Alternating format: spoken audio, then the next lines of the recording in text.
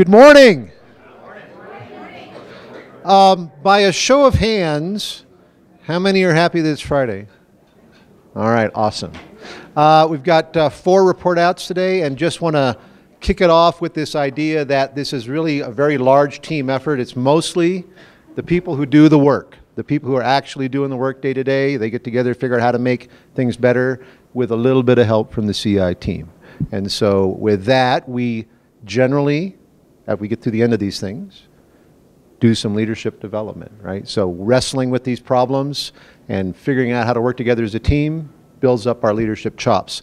So with that, I'll hand it over to Christy. Thank you, David. Just by a show of hands, if there were a fire right now, who knows where they need to go? Outside. Where outside? Good answer. Where outside? Where would we need to report to? Everybody know? Who can tell me where would we need to go? All right, so in the case of a fire, we would need to exit this room, go down the stairs right over to the left over here, my left, your right, and then that little medium between the trades and the meter shop, there's 3 signs that says evacuation area. That's where we would report to. In the case of some other sort of emergency, Drake is going to be calling 911, and Dawn, you are first aid. Good? All right, awesome. Now that we got that covered, we're going to go ahead and move forward. Eric Decker, are you in the room? Raise your hand. Decker. I don't see him. All right, so we're going to go ahead and move to the next team in that case, which is going to be the Water Quality CBA. I know Eric's doing interviews, so he's like, I should be here, but if not, go ahead and go to the next team. So we're going to go ahead and do that. So the Water Quality team, come on up. I actually stored this presentation in a water quality folder, so that's my fault. It's a CBA for a reporting system, company-wide. It's not necessarily just water quality, treatment data, anything that the watershed might use, and there might be other applications for this as well. So with that, I will hand it over to Eric. Yeah, welcome. Hold on one second. So the microphone is for the camera, and for the audience, we are going to repeat the question, and that is for the recording. So when you go to watch this online, you'll actually be able to hear the question. We're not repeating your question for you guys in here. So there you go. Hi, my name's Eric, and I'm just here to welcome you to our presentation. So I was graced here with the first slide only. So we're doing reporting with the method of choosing by advantages. So we all met this week out at the Marston Treatment Plant main conference room to go through this event. So I'll hand it over to Patty. All right, so to start with, I'll just introduce everybody that was on the team. Tom Montfort, who is not here, Matt Mercer, Diego Portillo, Eric, we have the Eric team, Eric Abbott, Brad McClintock, Jason Kearns, Eric Edwards, myself, Whitney Rooks, Andrea Song, Deb West, Fred Sanchez, Ed Rubenstein, and not pictured Savannah, and I'm not going to say her last name because I get it wrong all the time, but she's the intern working with me. Rob Johnson and Christina Bury. We also had Nicole Poncelet attended most of the event as well. So first, I'd really like to say thank you to Cheryl and Virginia. So this event started a long time ago. We've been working on this for a couple months, just this event. So they did a lot of work helping me, so thank you very, very much. Also Russ was he's done a lot of CBAs, so he came in and helped us, and he was at all the report outs. And Nicole. So again, Nicole, her busy schedule was there most of the time, providing feedback and helping us through and providing food and things like that. So thanks to them. So I'll give you a little bit of background. This event is near and dear to my heart. I've kind of been working on this for 5 or 6 years. There's always been a problem with trying to do reporting. Originally it was just the treatment plants. We have a lot of data and a lot of requests for the data, and we really have a really difficult way to try to get that information out. So we went through an RFP It was 2016, and we got a lot of vendors in, got a lot of information, and we realized that we didn't do it correctly. We really needed to go back and see what our needs really were. And so we've done that. We've cleaned up our data. We've reached out to all the stakeholders to see what they really need. And so then we decided to go through a CBA. And really this is to inform what a future reporting software will be. So we're just trying to find the alternatives and the criteria that we really need. And our reason for action is that currently water treatment plants, water quality ops, external affairs, environmental compliance, and other divisions in Denver Water, we really don't have a standard or clearly identified means for pulling data and creating reports. We have different little things out there, but it is very time consuming. We get frequent data requests, and it's really capacity draining. I can tell you just at my treatment plant, I have 5 people that work on data pulling and reports weekly. So it takes a lot of time. And it takes a lot of time from the water quality personnel. I know people in planning and watershed group have the same difficulties. So that's why we did this event. So for our target state, we wanted to select a reporting software that's going to be easily configured. It provides information in formats that support Denver Water's core mission and business focus and is easily shared and easily administered. We want to gain capacity. We want things to be standardized. We need quality reports and fewer software programs and subscriptions.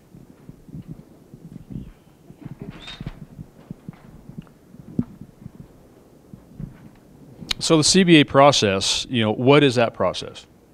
So that's we're identifying all the alternatives. In this case, we had 8 different software products that we're reviewing. You define the factors, define what you want and what you need to have, criteria for each factor and what each group looks like what they need. Describe the attributes of each alternative, decide the advantage of the alternatives, then the importance, and then you evaluate the cost data. Then that kind of gets you down to, a couple, how many, 0 to 5, 0 to 3, 1 to 3, however many, and what those alternatives are, and then we go from there.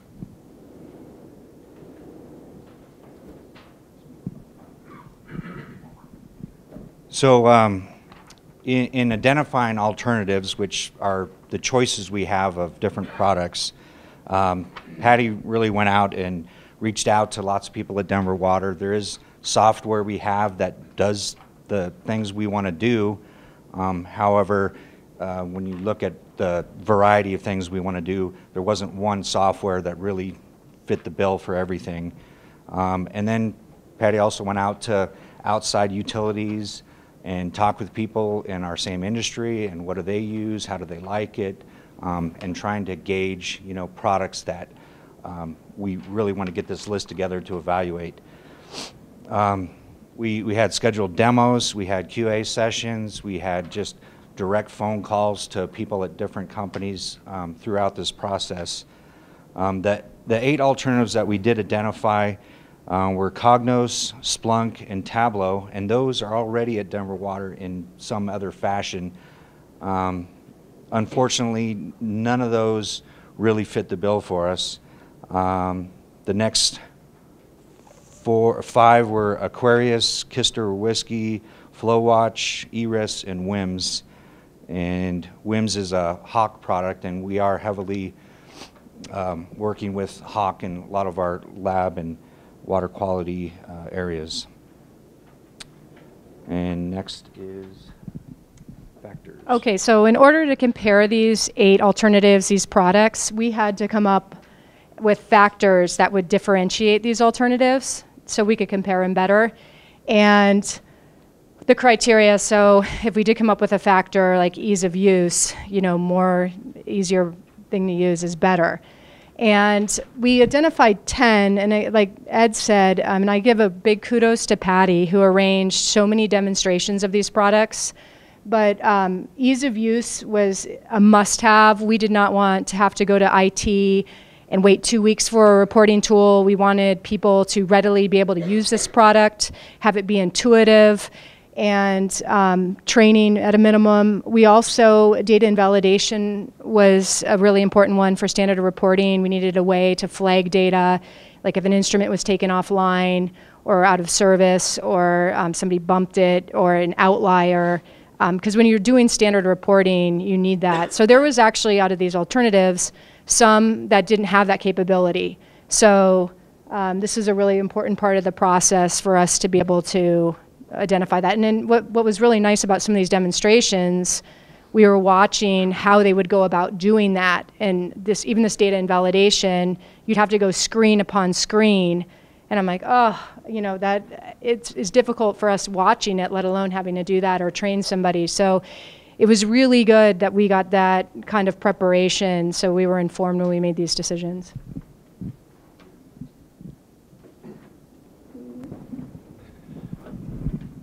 So as we looked at each of the factors, we gave each factor an attribute score, and then with each of the options, each option got an attribute score, compared to each other. So one alternative would have a score of 5. That might be the highest score, and the lowest score might be a 1. And so the advantage would be a 4-point advantage. So we basically went through and filled in the table for all of the factors, for all of the attributes and all the advantages, so that we can start weighing them against each other. So hopefully I explained that well. I don't know who's next.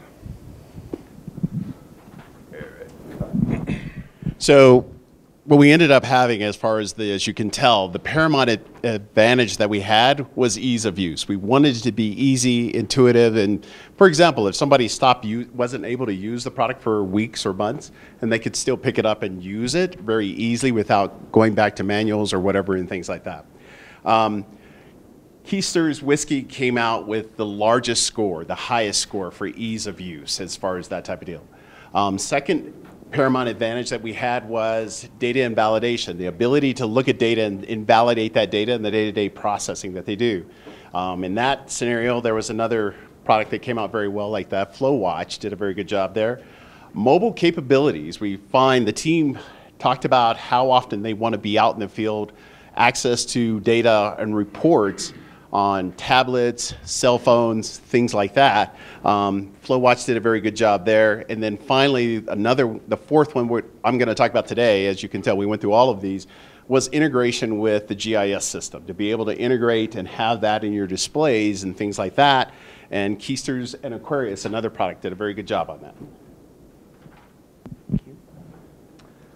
So after determining the important scores, we gathered some preliminary cost detail on all of these software systems.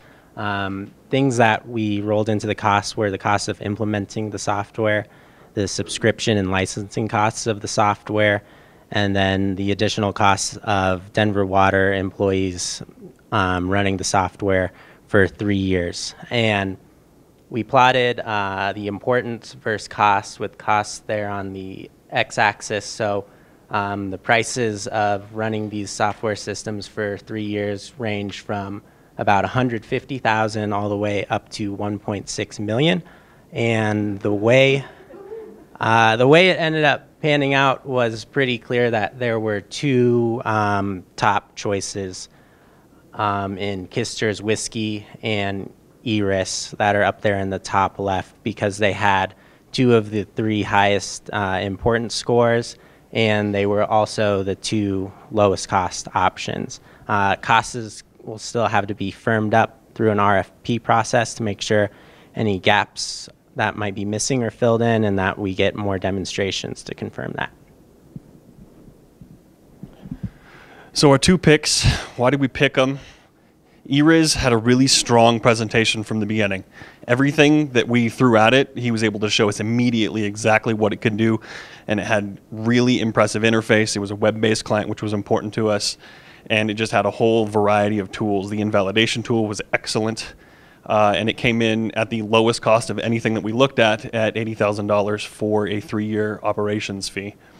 The next one wasn't immediately a front runner. In fact, we didn't know about it until the Friday immediately before the event when we called Northern.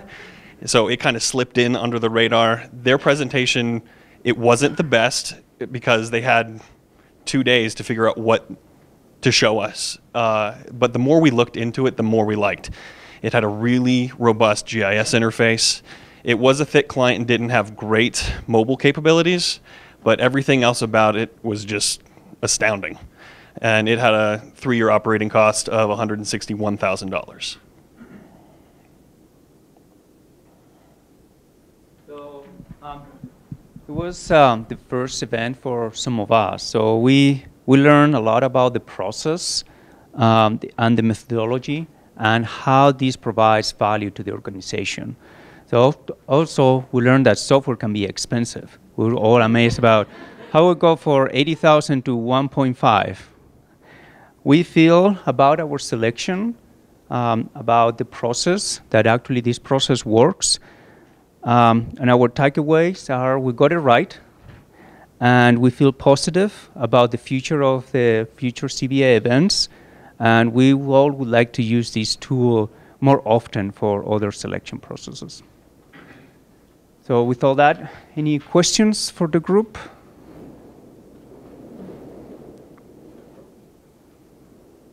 So, what did you hear from our peers in the industry in terms of the things that they liked? Did any of your top two echo when you got into the event? Yeah, and that was a big criteria. We did go to, we asked them to provide referrals, and then we called those referrals or sent emails out. And we looked at all those, and these two, they have just amazing reviews. Most of the products actually had really good reviews. Some of them were concerned about the time it took to implement, the cost it took to implement. So we took all those factors into play here. But these two, everyone that we talked to, it was just rave reviews. And specifically, Iris, I have to say, their setup time is like a week. So that was, and we talked to people, and they said, yeah, that's true. What they say is true. So we really need to do some more research into Kisters. We didn't get a lot of time, but everything we've gotten on them is positive, and they really met the criteria. And it was a big group. So, you know, we're going from watershed all the way, and we're hoping distribution can be involved. So we needed this software to work for Denver Water, not just for one group.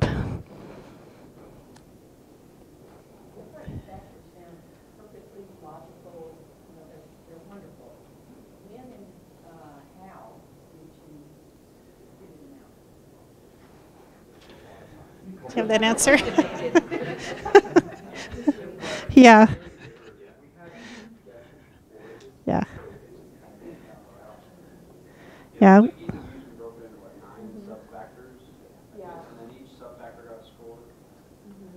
In ease of reporting, we did a standard report, an ad hoc report. We actually called the manufacturers back and had phone interviews with them and said, how long would this take? We sent them reports that we had. So it was an iterative process, but I think there is a lot that, that data validation and ease of reporting. We wanted a self-service product. We also didn't want to have a customized product, so we really gave a lot of weight to things that were out of the box that already had all of this, and that's where the ERIS really stood out as well. And then not only data and validation, we have an alarm reporting, and some extra benefits. So.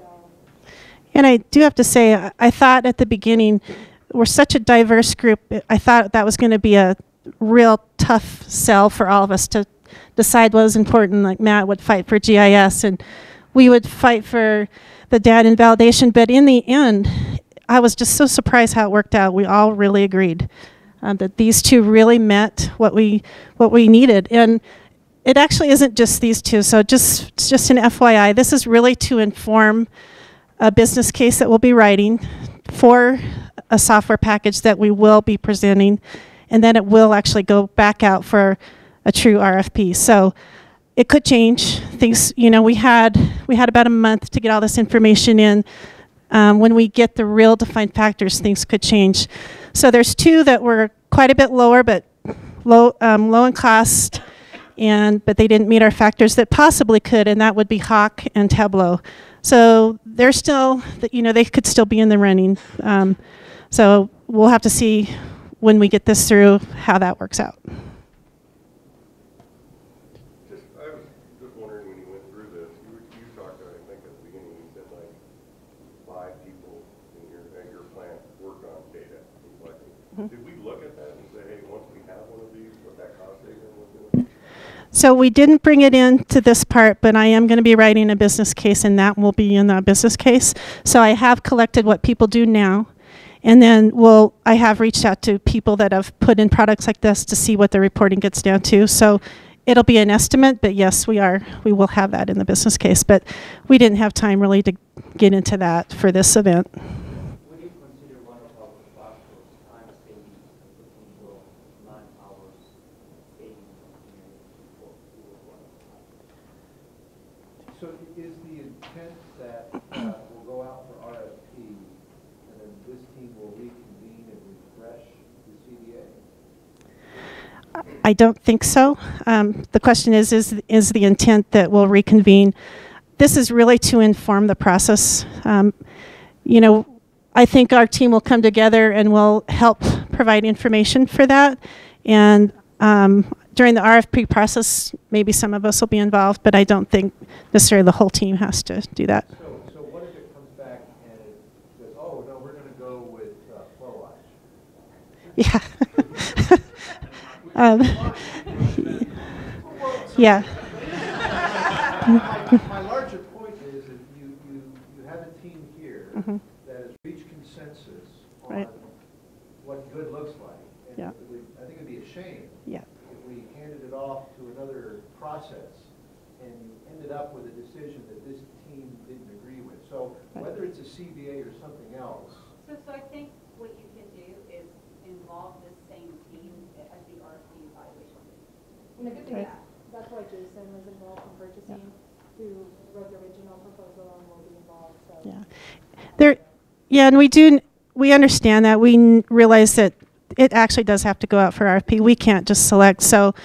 But we're hoping, since we define these factors and we really know exactly what we want, that our research will do its work and it'll come back the way we hope. So, any other questions? And I also want to thank Austin. He did a great job helping us, and he helped me a lot beforehand too. So thanks.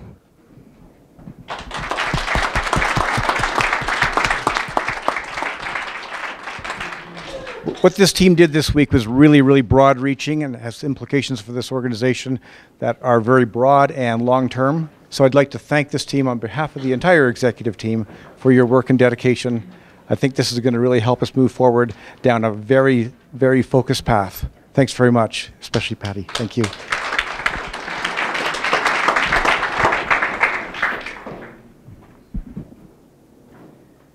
All right, so I still don't see Eric in here. Sorry about that, guys. We're kind of playing on a whim here with him since he's doing interviews. So I'm going to invite the Emergency Response Process RIE team on up here, and we'll go ahead and do that.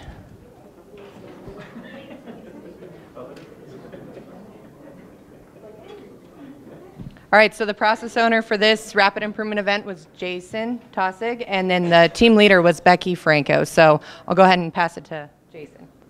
Well, good morning, and are you driving? All right, go ahead and run to the next slide. We had a really good team to kind of walk through this, and it's kind of fitting that we followed a CBA because we started this process in a CBA evaluating the actual RFP candidates for an emergency notification system when we realized that we had some process work to do.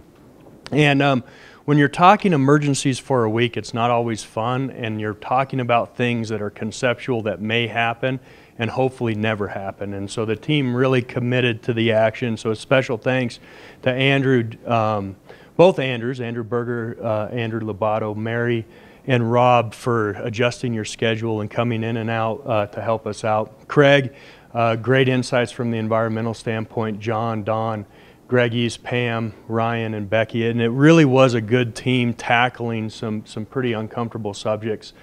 And if we can go to the next slide on thank you.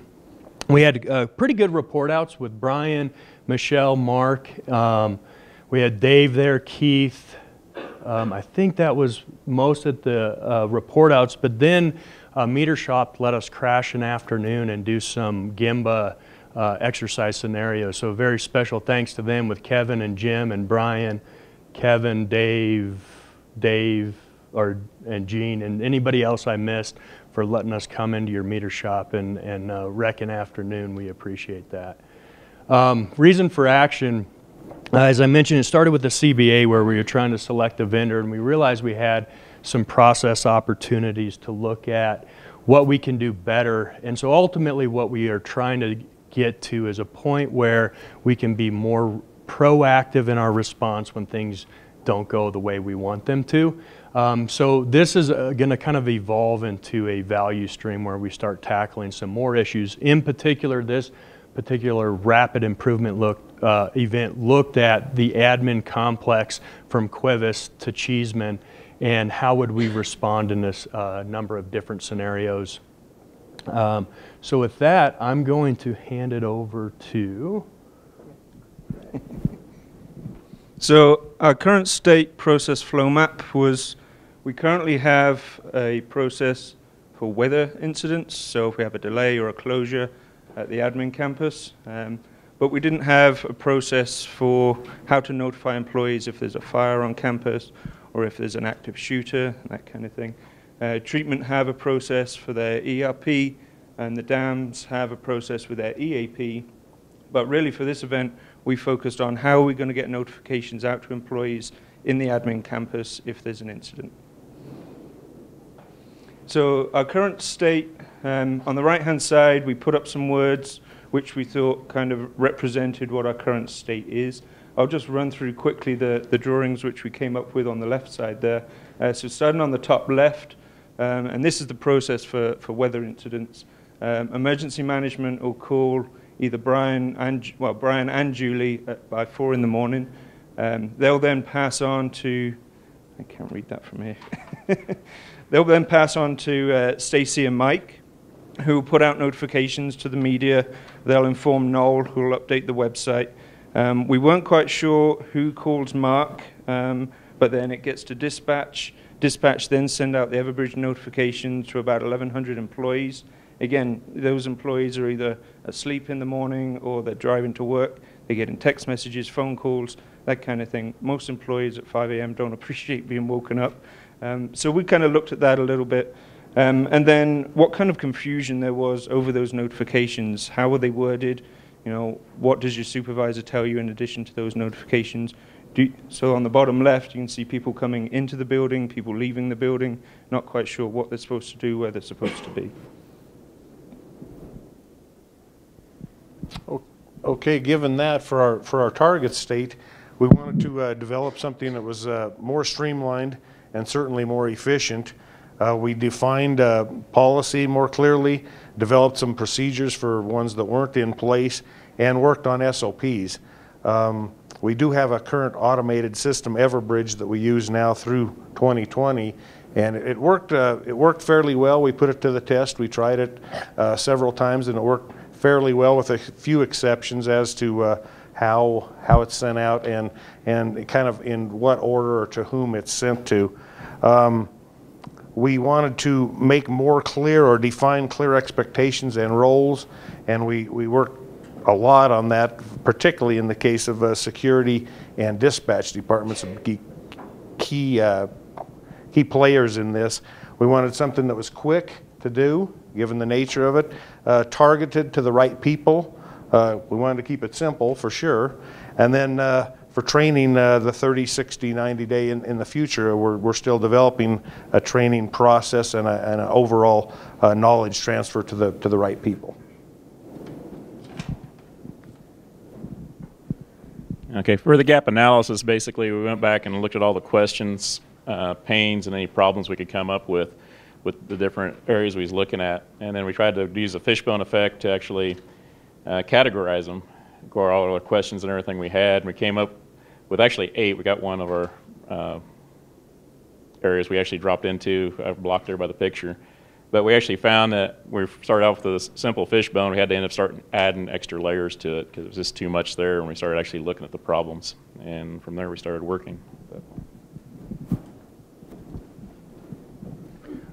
So once we'd grouped the problems and identified the issues using the fishbone, we split off into 2 groups to identify the problem statements and then do our root cause analysis. So we went through and we asked why 5 times. An example of one would be employees don't know what to do during an emergency. Well, why don't they know what to do? Well, they haven't been trained. Why haven't they been trained? Because we don't have a policy. And so you can see on the bottom right, the pink stickies, you know, a lot of the problem statements that we had all came back to that same root cause analysis. So we spent a lot of time this week developing those policies. But yeah, there was several problems which we came up with, so really the policy was the key to a lot of that. Okay, so I'm going to go through, I have 3 different flows that we broke out, and then a couple other folks are going to go through that. But as you can see up here, this flow that I'm going to talk about in particular is fire, gas, hazmat, power outage. We tried to piece them together so there's not 10 different flows for every single thing that could potentially happen, because we thought about what is the action that's going to take place, so some of these can group together. So if you see on the bottom right, it says 6 phases. So the way that we did our flows, we said, and there's kind of a phase to each part. First, there's the alert. How does the alert come in? What's being identified? How is that verified? That is this really a problem? Is this not a problem? Is this a threat? Is this not a threat? What's the notification? What type of notification are we going to send out? What is the response? The actions related to that. What's the recovery after maybe the threat has passed or we receive an all clear? And then what's the improvement phase? Because as we all know, there's always room for improvement everywhere. So just a quick overflow. For example, we'll talk about gas since that happened last year, and we know that there's improvement that came from that. So how the flow we imagine would work, the alert comes in from the way that we did it, like Craig smells something. What is that? It smells like gas. The process, and just kind of a big overview, it goes into verification. Well, who's going to verify that? So Craig would call into dispatch. Dispatch is the central hub. They're open 24/7. They know who's on call. They can reach out to Jason's team, EMSS, Becky, whoever it is that needs to investigate maybe what that smell is.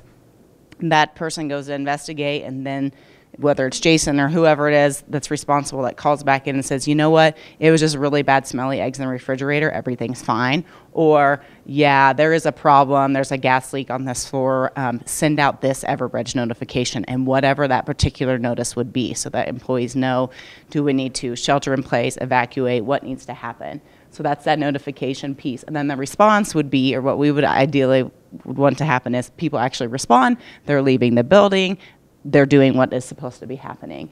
And then there would be a follow-up response, kind of, and I can't remember if that goes into recovery phase a little bit, or it's kind of in between the two of, okay, do we come back in the building or are we leaving for the rest of the day? So there would be another interaction between whoever's making that call or that team to notify dispatch to say, okay, send this next message out. And then the recovery phase, hey, that's an all clear.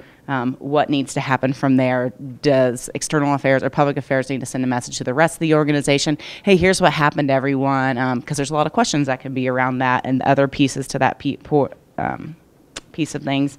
And then the improvement phase, what went well, what didn't go well, doing, I think, as a reference in here, a hot wash, I think that's the team called it, within the hour, you know, to really know what opportunities do we have for next time. So.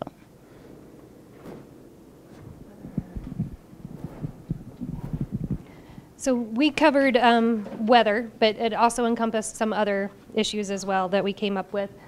We went through the same process. So for weather closures, that could be snow closure, delay, early departure. We did find out that there's a lot of confusion on essential, non-essential personnel, and that is a big issue that we still need to resolve.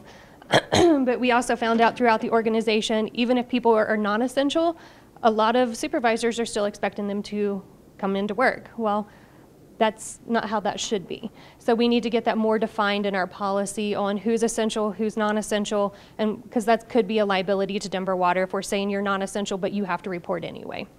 So that was one big hot button with the snow closures in particular that, that we need to hammer out a little more, but we're definitely on our way to finding a solution for that. So we also went through tornadoes, and like if we had a facility issue, say if we get into the new building or even in this building, if there's a sewage backup, what do we do if we need to evacuate? How does that process look like? And then tornadoes. There's also, we can't really hear the sirens if there's a siren for a tornado. So how do we get that notification out to the employees? How do they know that there's a tornado going, and how do they shelter? And where are the shelters? We found out a lot of people didn't even know where the shelters were. So we did create some flow charts that'll be available in like little flip charts after people go through training. Then they'll have those flip charts available with the little flow sheets on every process that we come up with for emergencies. But for the tornadoes, we did come up with an idea. You get your information quickest on your phone. Everybody always has their phone available. They always have it in your hand. Not everybody knows that there's settings on there to tell you to enable the GPS for the warnings where you currently are. So we need to do some trainings around that as well. And then we're also going to talk to IT about installing like a desktop app for the Weather Channel so that you can get that right across your desktop. So if there's a tornado alert, it comes across your desktop, you know how to, where to evacuate, where to go and shelter in place. Okay, so we did the active shooter. We reviewed it for a process on how we'd actually respond to it. And basically while doing it, we came up with, we're going to get two different types of alerts. We're actually going to get a true active shooter where there's shootings going on, and we're going to get one that's where we don't have an active shooter, which is basically an alert coming in from an employee or somebody that's observed something that's unusual is going on. Maybe somebody is carrying a weapon. How we'd address that. So we started off at the top going across how that security would be notified. They'd go out, they'd investigate and decide what we'd actually go from there. There's basically three different directions it can go. It can either go that basically we don't have a threat, maybe it's law enforcement carrying their weapon, and basically we're going to close the incident at that point by looping back to the original associate that reported it, let them know what actually took place. The next scenario that could actually come out of that is basically, hey, maybe we got something else happening at the facility. Maybe we got protesters or something coming in, something going to be a little bit different we have to go into. So we went into how we'd funnel that scenario out. Then, of course, it goes back to, yeah, we go out, we investigate, we find out that, yeah, we do have a threat. We're going to go into our notification process of how we're going to do 911, going back through dispatch, letting the employees know, hey, we're going into a lockdown situation, and mass notification going out, which kind of goes back to this point here where we actually kind of all bundle back in from a regular shooting incident. If we have a shooting incident, basically we're going to go back to hopefully we're going to hear it, we're going to respond to it. So hopefully dispatch, security, they'll automatically make the notifications to 911. Dispatch will go ahead and make a mass notification to all employees at that point. And depending upon the situation, whether we go into a lockdown or leave the doors open to get people out of the building at that point. From the mass notification, we have to go back into everybody's out. Hopefully we're going to do the employees are going to follow through with training, go into fight, flight, or hide in place, and basically police response. How we're going to deal with the police response, hopefully get training out for employees to know what to expect when police do come in a situation, because it's going to be totally different than what you'd normally think during a shooting incident. Then after that, we get the all clear, how we'd actually go out from that, do a mass notification to employees, what our all clear is, and then going into a recovery phase, not only inside the building, but also going into our improvement phase on action plans at that point.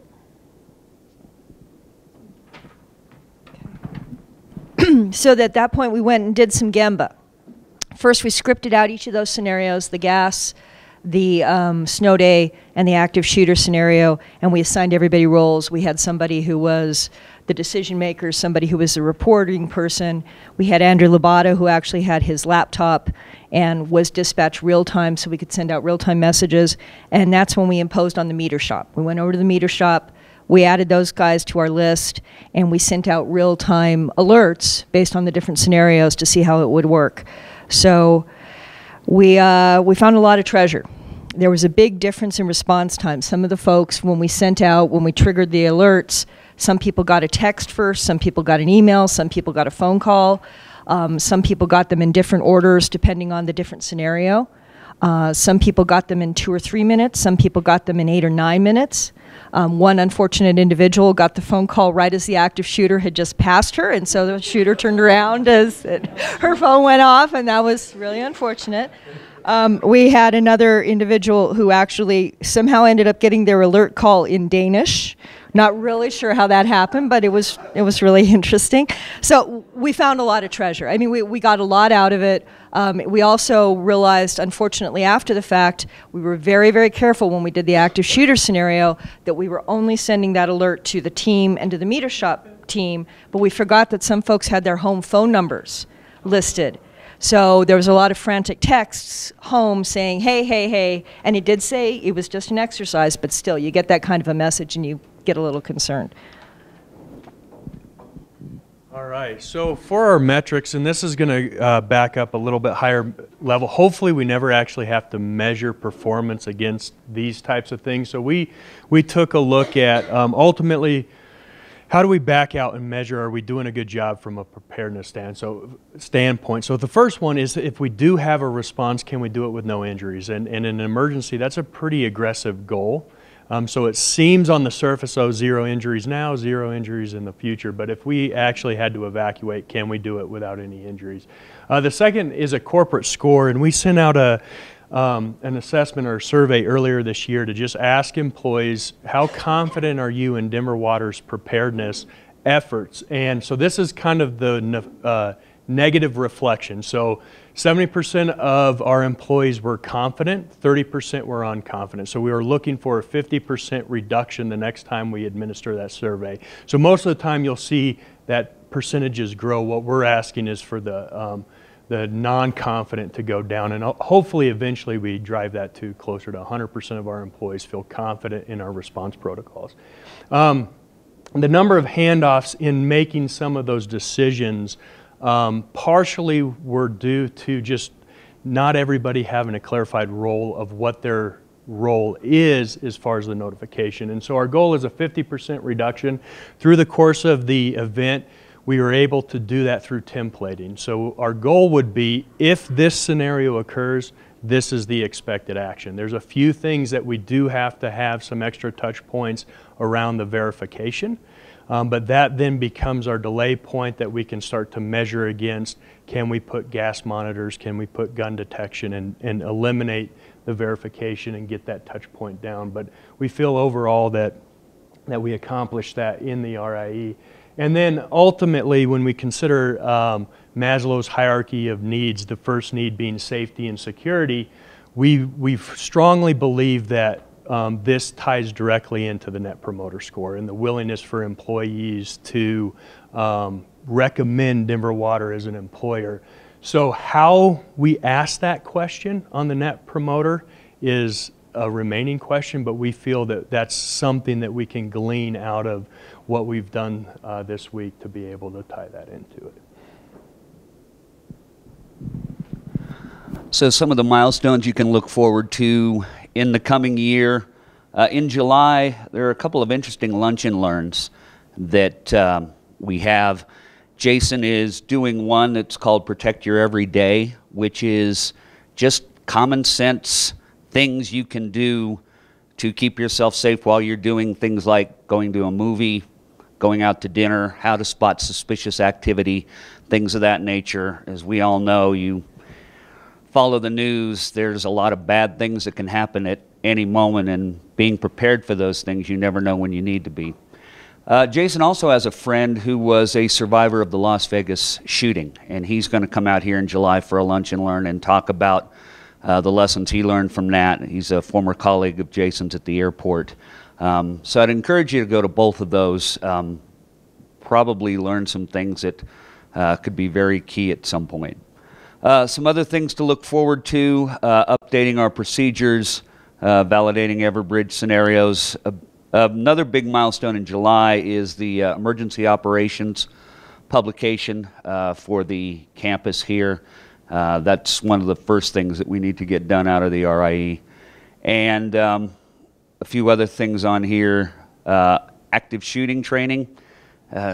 It's if you haven't gone through something like that yet, it's a very intimidating. It can be a very intimidating, very emotional experience. But again, as we've all seen here lately, it unfortunately is becoming a very necessary part of the work environment as well. So we'll be rolling that out probably in October.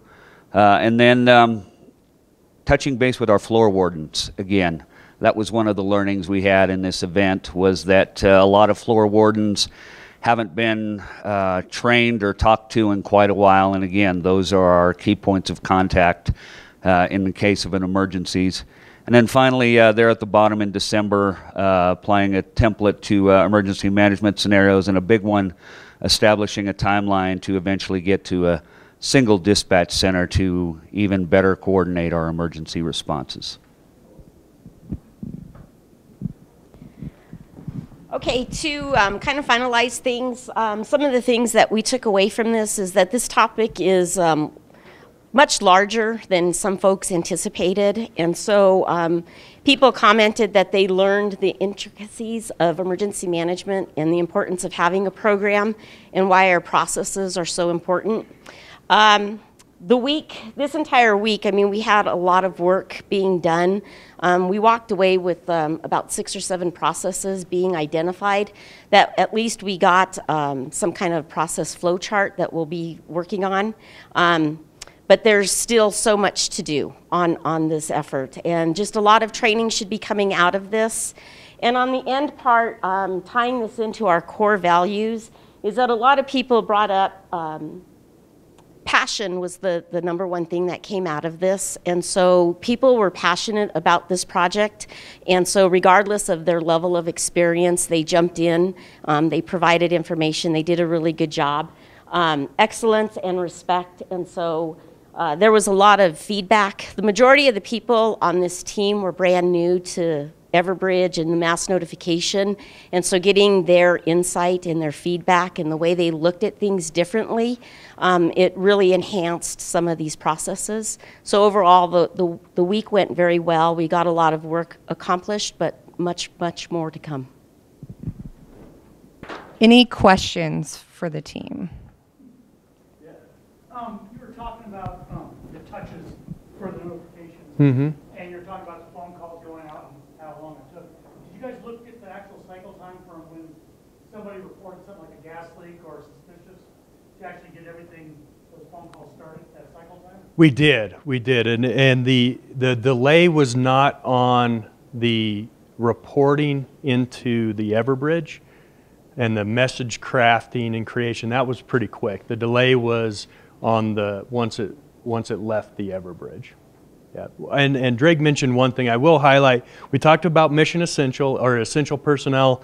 So kind of the moving forward direction, it's our 24-hour shops, those that work 24 hours and Saturday, Sundays, as well as the on-call. However, the on-call, we're not going to ask you to come here to be on call from your location.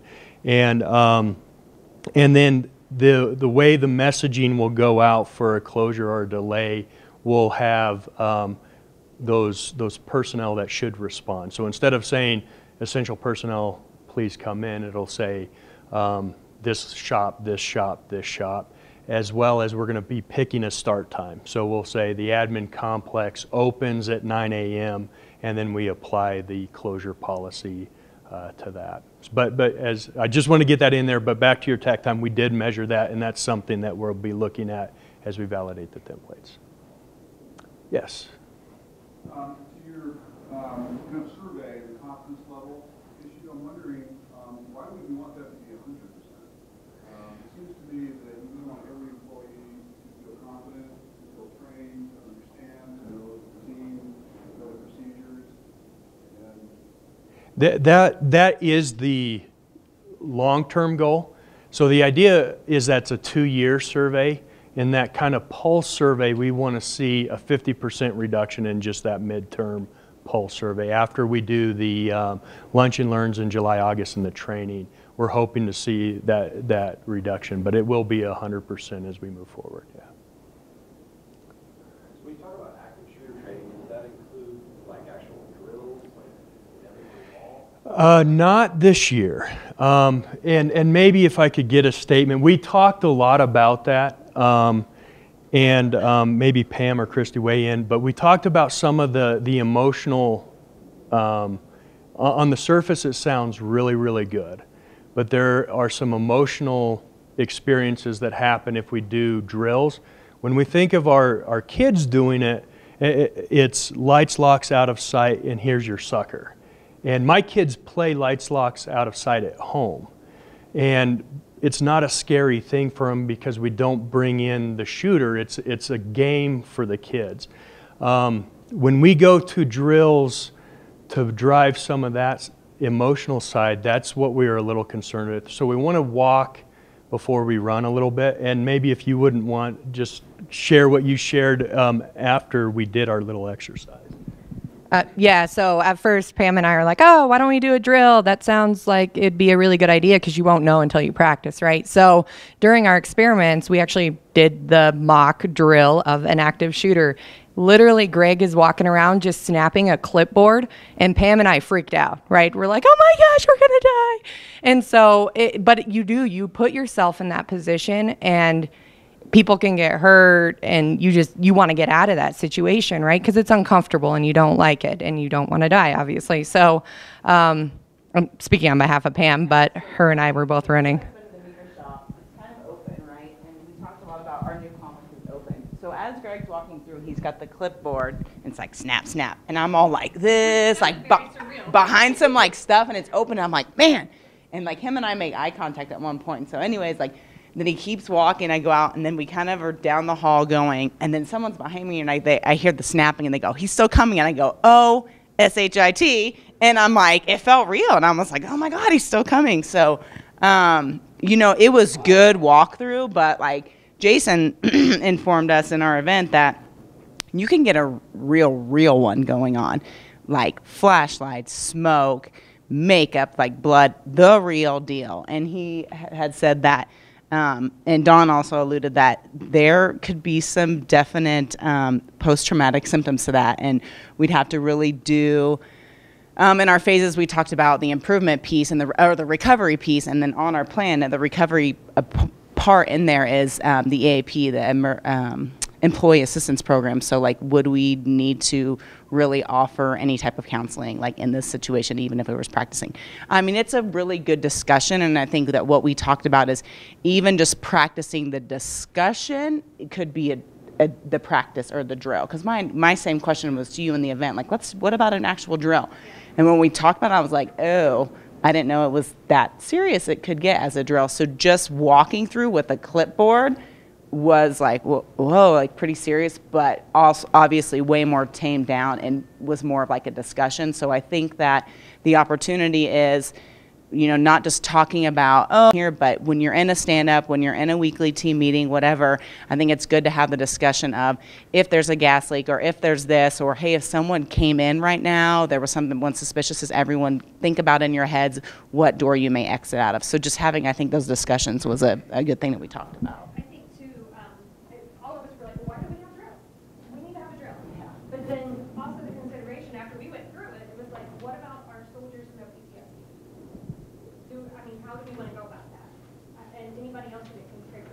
So we need to be aware of those kind of things before we actually put people in those situations. So the team will be afterwards, excuse me, for more discussion or questions. I am going to move us forward. It's tough one to follow, but I'm going to move us forward because we do have we have one more report out and then one 90-day update. So I'll have the IT vendor management team come on up. Eric is here. Awesome. So we're going to go ahead and have them come to the front. Wow, how do we follow that? Active shooter with vendor management. That's okay. Might need to bring it down a level or two, so that should be okay. I'll go ahead and introduce the team. I'm Eric Decker. I'm Virginia Roberts. You or her? Tyler Johnson. And Jonathan Spitzy. We also had on the team Cynthia Page, a brand new hire into finance, Keith Oligny, and Christine Perez, and you or her. We're also, Yua. Great.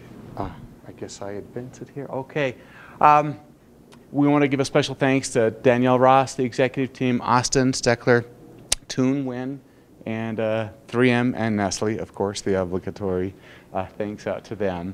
Our reason for action in IT with the Grant Thornton study and our 5-year roadmap, we are moving to do more of reliance on software as a service, which are external vendors that host our applications outside of Denver Water.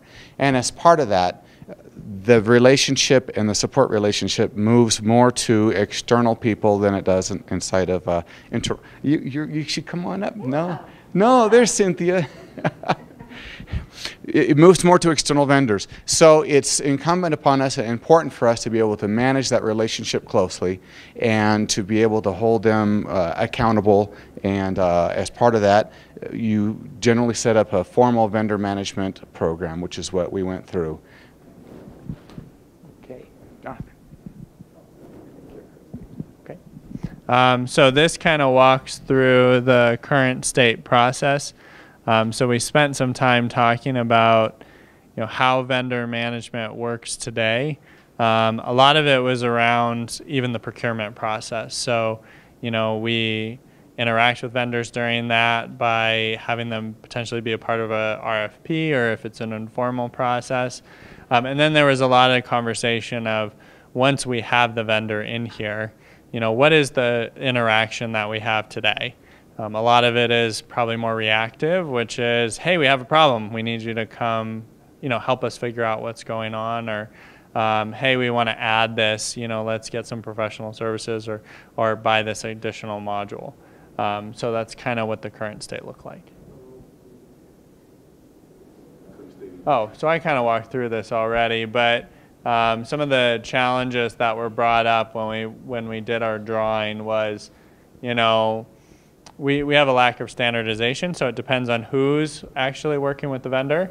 There's some potential exposure to risk, especially when we're talking about software as a service. That's something that's relatively new to this organization, so we don't necessarily know what challenges we're facing. It can be overlapping, disjointed, unclear. Maybe we don't always have the project management oversight that we need. And then, making sure somebody is a true owner of that process with the vendor going forward.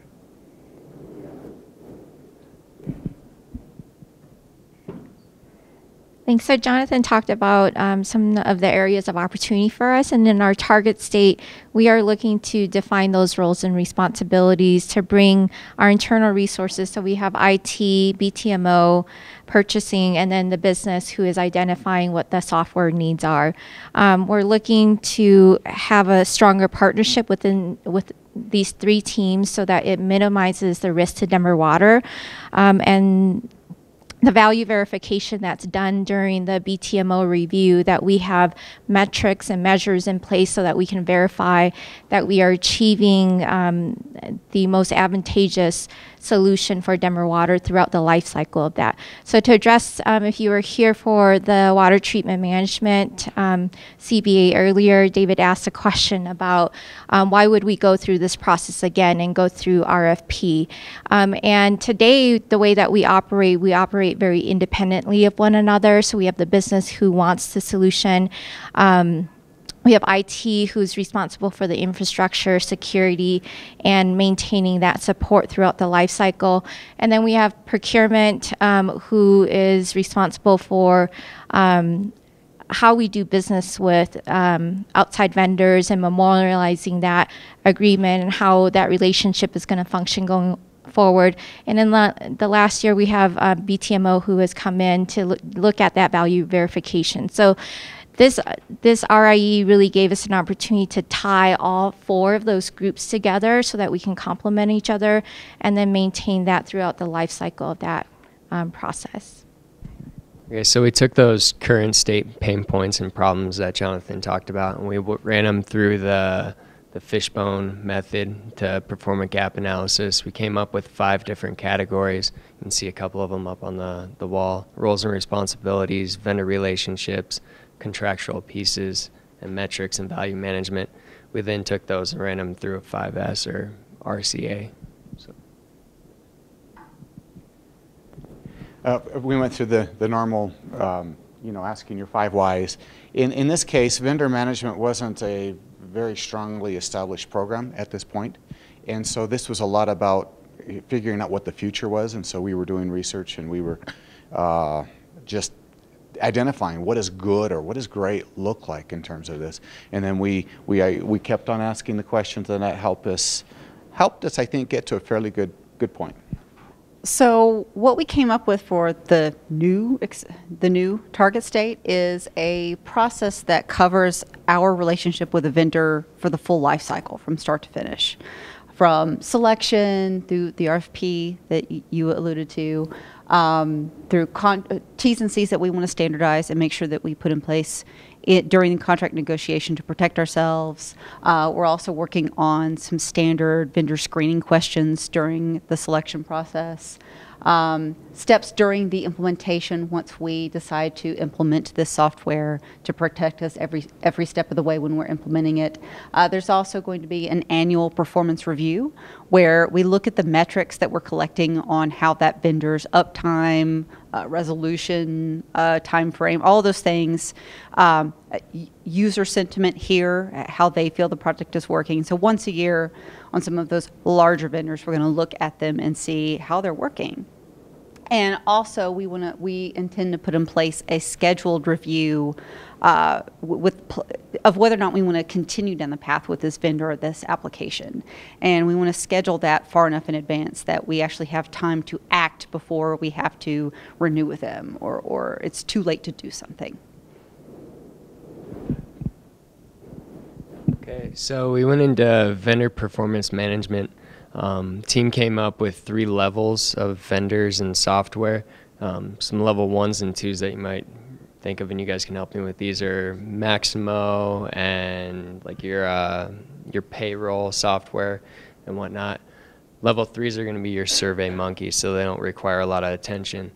We took those and we created our vendor performance metrics. Those are the stickies or categories for the vendor performance metrics. Those are the stickies in pink that you see on the left. We ranked those from 0 to 100, 100 being the most critical.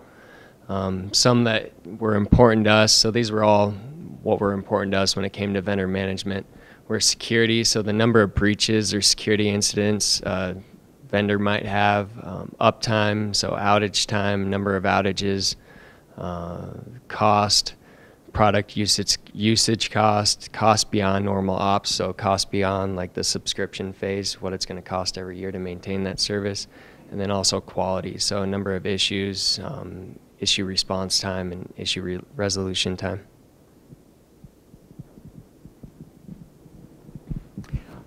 On our metrics, I would divide those up into metrics on how do we measure ourselves in terms of how well we're administering the program.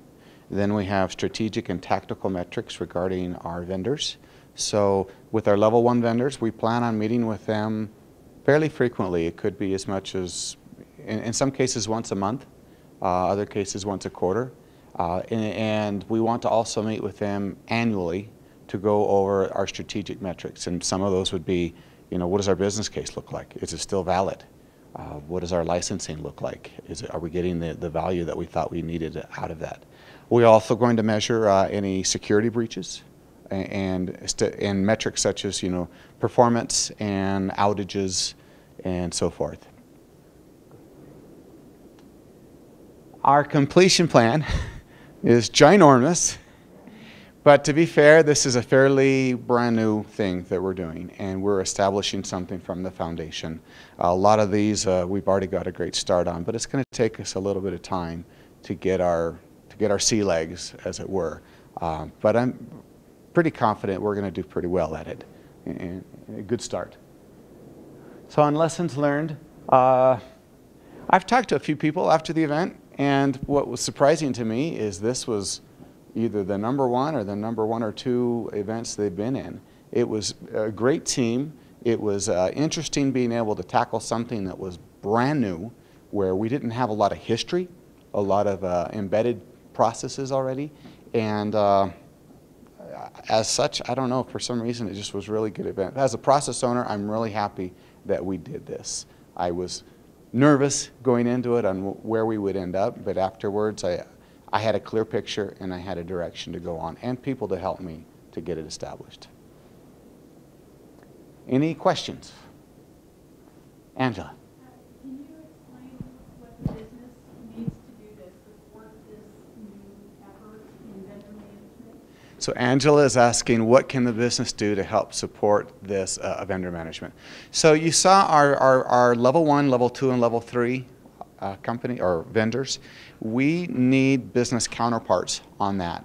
In a lot of cases, IT, well, especially in our level 2 case, IT may not even be providing support for that vendor, and we may not know what's going on. So we need to have a counterpart in the business, what we're calling a business owner, where they will help us and inform us what our tactical metrics are and especially what our strategic metrics are.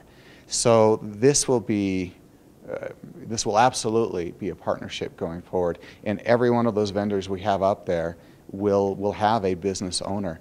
And it's probably good to mention that we did a previous event, which was an asset management event, and we went over all of our software titles, and it's around 300. It's a crazy number, but everything from really small items to large ticket items. And we probably haven't, I guess, stratified, or I don't know how, whatever that word would be, you know, made sense of how much attention to play to the big ones as how much to give to the smaller ones. And this helped us with that. But as part of the asset management event, we have been identifying business owners. And we're finding that sometimes it's hard to find a business owner. And we can't go forward if we can't find a business owner that'll say, yes, I'll stand behind the solution, we still need it. In the case where we can't find one, we're going to say, well, let's turn it off, and maybe we'll find a business owner then. But the business is going to be absolutely essential in helping us go forward on this. Any other questions? Yes? So we talked a lot about this in our CBA event, as far as software as a service and whether or not a vendor can actually support that functionality. So for example, the WIMS product that we looked at, they don't have the kind of solution that's really a solution. It's more like an offsite serverless solution. Right, and that would be how users would interact with the software. That's not necessarily something that we can sustain. How would you deal with when we're trying to evaluate a vendor and whether or not they're competitive with the opportunity to provide that service that they don't even offer? Okay. So I'll try to recap your question. So what do you do in the situation where a vendor is not a true software as a service vendor? They're kind of in between. They may offer a hosted solution outside or even a real rudimentary solution. So our strategy is to be cloud first, and software as a service first, but the market is still evolving. And there are times when you don't have a lot of great options out there. And we'll look at the complete solution. And where the complete solution isn't offered, we're going to have to supplement that solution with some light. Well, we're going to have to either find other vendors that can help us support that, or we'll have to find that help from within inside of IT. But in the end, we need to have a robust solution that is aligned to our business and that is cost effective, has a strong business case, regardless of how it's implemented. And we will still need to manage those vendors, even if they aren't the traditional, true software as a service vendor. We'll need to still look at that relationship as basically, we're looking at that relationship as a treasure, as something that you've got to have well established, because when stuff does happen, you need to know who to talk to, you need to know how to move that vendor to get it resolved as quickly as possible, and you need to know the right people to talk to hold them accountable. And that will be an emphasis for us going forward. Any other questions? Oh, yes, you. So this is where the RFP process would also allow us to bring in IT resources and dissect what that looks like in terms of support in some other areas with infrastructures and security, so that we can do a deeper dive into that and take a look at that. They might become some of your factors that you consider for purchase. And we worked on that during the week of the RIE to identify what are the important factors in terms of infrastructure and security, so that we can help support that procurement as well.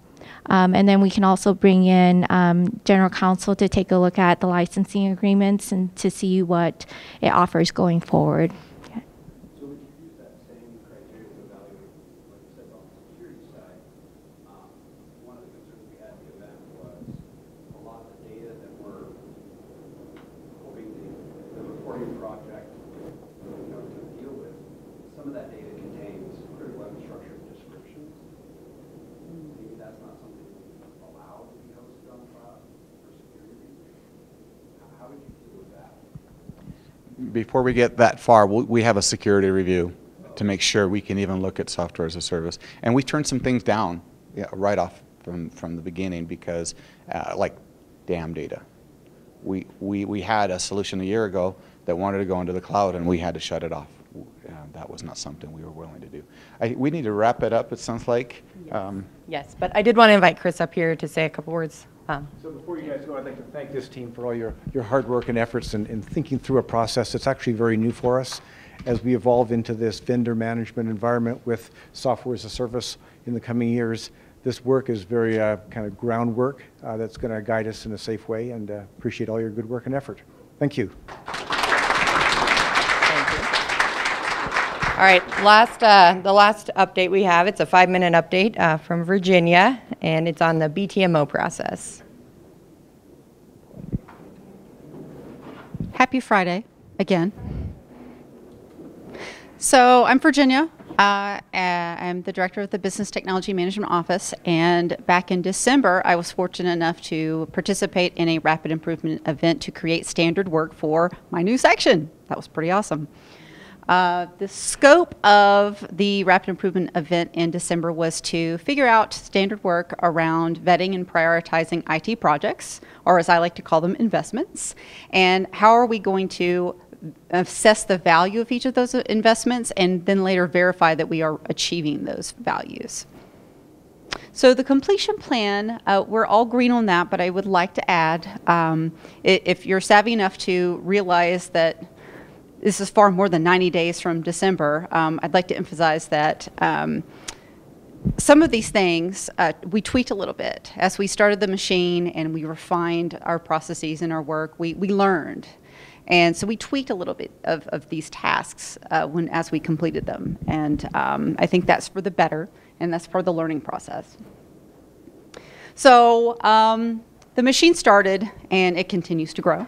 For the sake of time, I'm only going to talk about the first bullet point here, the value management piece. We didn't have a chance to really scratch the surface of this in December, but since then, we've done a lot. We've created something called the Value Verification Plan, which is now a required component of every new IT project business case. The goal there is to, right up front, put in place qualitative and quantitative measurements of those expected benefits so that if the case is approved, after it's implemented, we'll go back after the fact, after it's been in place, and use that plan to measure and verify that we are in fact realizing the value. And if we're not, we're going to collaborate with IT, the end user groups, anybody possible to try to correct that. So metrics, again for time, I'll just pick one. The top one is % of projects that meet or exceed expected benefits. That's the key to measuring that is the value verification plan. We're going to use that to achieve that. It won't likely be until later in this year before we start reporting on that metric. Projects have to finish and be in place and be in use for those metrics and those measurements to be meaningful. So expect that later this year. So what's next? Things are about to heat up very much for the BTMO and the BT system managers, the business technology system managers. I call them BT for short. BTMO is currently helping a long list of folks finish their business cases, which are due by the end of June. And the BT system managers and the BTMO are currently working on preparing how they will rank and prioritize all of the business cases that are submitted. We will spend the month of July hearing from those requesters, giving them a chance to present their case in person, not just we won't just read their case, we will give them the opportunity to present in person and do some Q&A. And then we will spend the rest of the month comparing those business cases or those investments to one another and rank and prioritize them in order of value. So in early August, my goal is to take the BT System Manager's recommendations in the form of a ranked list and a budget for the 2019 IT project list and get their approval on that. So this last slide actually is not from my viewpoint. Tad Kogan helped me put this slide deck together. I was the process owner for this event, and he was the team lead. But he also happens to be one of the BT system managers. So this is from his viewpoint and the other BT system managers' viewpoint. I won't read them all, but what jumped out at me are words like confidence, value, substantial value, positive impact. I'd like to share that early on, when their first recommendation to approve a business case was presented to the E-team, and the E-team gave it a thumbs up, said, yeah, you guys have fully vetted this, we're confident in your recommendation, let's go, let's do it.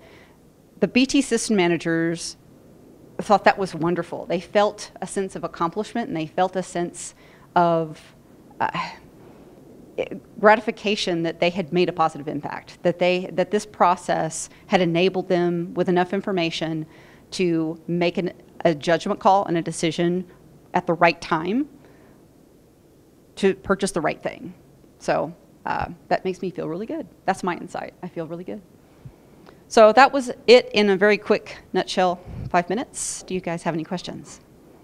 So this that you did shortly after you started your position, do you think it obviously sounds like it's been well worth it? You kind of came in and already right off the bat, and 6 months later, so yeah, I've never experienced that level of support coming into a new position before. You know, I've always had to figure it out on my own. So I thought it was amazing that that group of people got together for one solid week and helped me figure this out. And what we put together is holding up. Like I said before, we're tweaking it a little bit as we learn things, but it's working.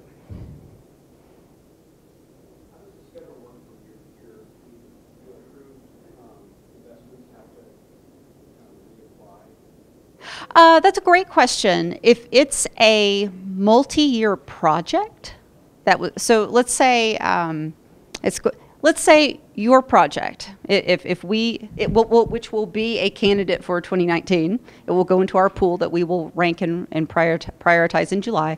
If it is selected, if it turns out, it sounds like it's not going to turn out to be a multi-year project based on what I heard from your report out, but just in case it did, it would be approved as a multi-year project, and we would budget the 2019 part of your project in 2019 and then 2020 part of your project in 2020. And no, you wouldn't have to submit a new business case for year 2 to get it done.